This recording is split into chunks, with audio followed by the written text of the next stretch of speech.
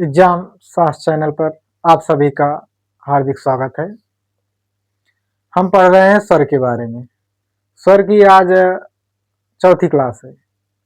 पहली क्लास में आपको हम बताए थे कि वर्ण के दो भेद होते हैं, स्वर और व्यंजन। इसके बाद स्वर की परिभाषा बताए थे।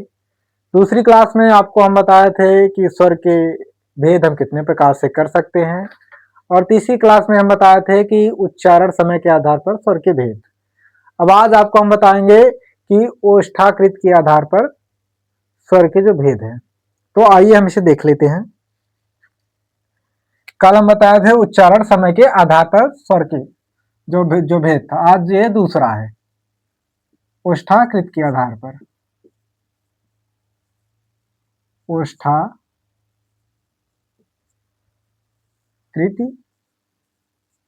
के आधार पर हम देख रहे हैं स्वर के भेद, और ये हमारा चौथा क्लास है स्वर के भेद में। तो ओष्ठाकृत के आधार पर जो स्वर के हमारे भेद हैं वो हमारे दो भेद हैं। तो इसे हम देख लेते हैं कि स्वरों को ओठ के आकृत के आधार पर,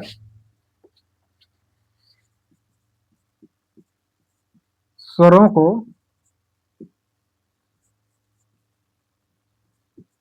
ओठ के आकृत के आधार पर, आकृत के आधार पर, आकृत के आधार पर हम दो वर्गों में बांट सकते हैं। दो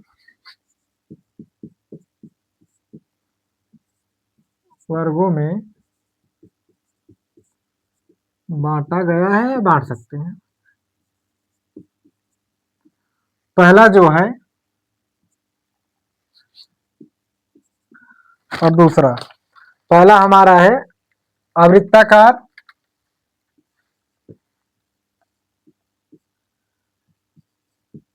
प्रकार और दूसरा है वृत्ताकार। हम पढ़ रहे हैं स्वर के भेद। स्वर के भेद में हम पहला भेद पढ़ चुके हैं जो कि हमारा उच्चारण समय के आधार पर था, और दूसरा आज हम देख रहे हैं ओष्ठाकृत के आधार पर। जब ओष्ठाकृत को हम तोड़ेंगे तो ये हमारा दो भाग में टूटेगा। ये हमारा दीर्घ संधि से बना है, ओष्ठ धन आकृत। जब ओष्ठ धन आकृत, इसका अंतिम वर्ण इसका पहला वर्ण जब मिला तो दीर्घ संधि के अनुसार ये हमारा शब्द बना ओष्ठाकृति।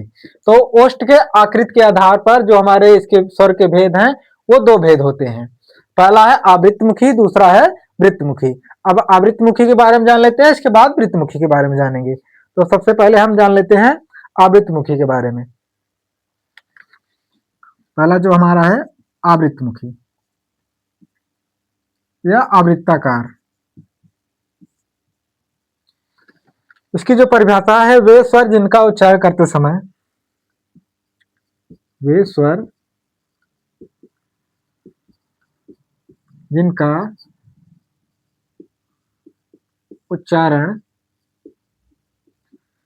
करते समय, वे स्वर जिनका उच्चारण करते समय ओष्ठ गोल न होते हुए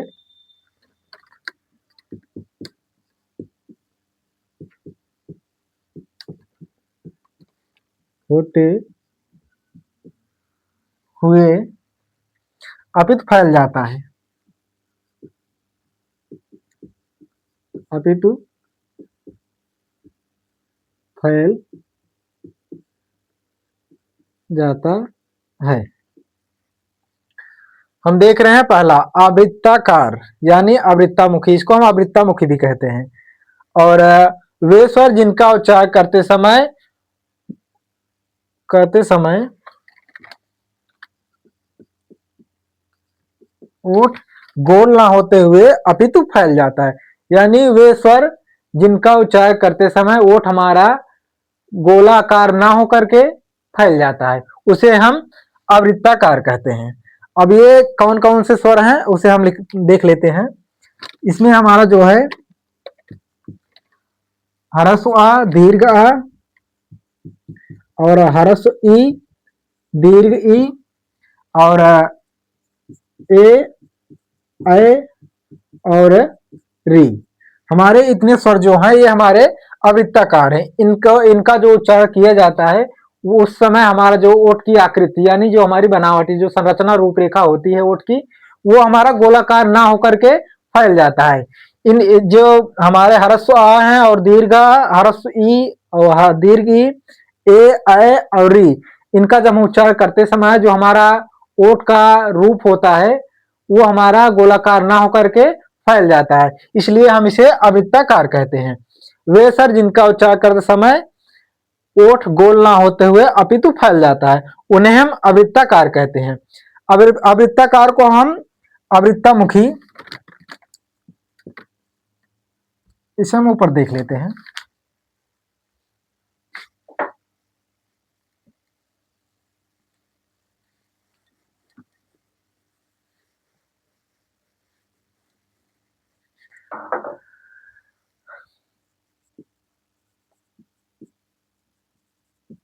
अवृत्ताकार को हम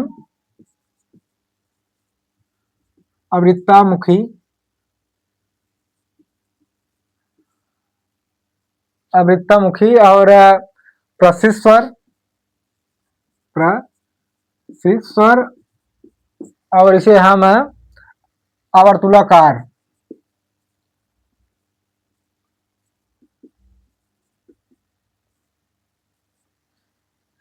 अवर्तुलाकार, जो हमारे अवृत्ताकार स्वर हैं इसको हम अवृत्ताकार भी कहते हैं और अवृत्तामुखी भी कहते हैं, प्रशिष्ट स्वर भी कहते हैं और आवर्तुलाकार स्वर भी कहते हैं।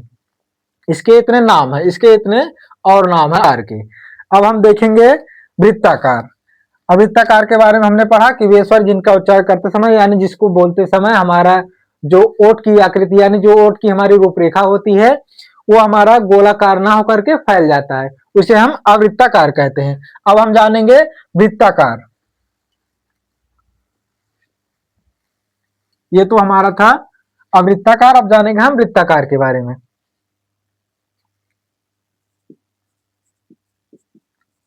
वृत्ताकार वे स्वर जिनका उच्चारण करते समय, वे स्वर जिनका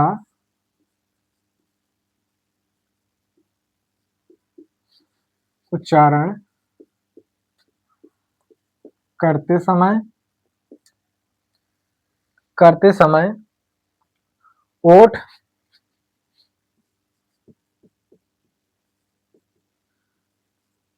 वृत्ताकार, वृत्ताकार हो जाते हैं उन्हें हम वृत्ताकार कहते हैं।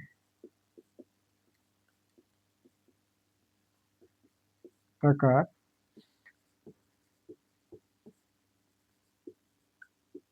कहते हैं। और अभी हमने इसके पहले जाना कि अवृत्ताकार, अवृत्ताकार में क्या होता था कि जब हम स्वरों का उच्चारण करते थे तो उस समय हमारा जो ओठ की आकृति यानी जो ओठ की बनावट होती थी उस समय रूपरेखा होता था वो हमारा गोलाकार ना होकर के फैल जाता था।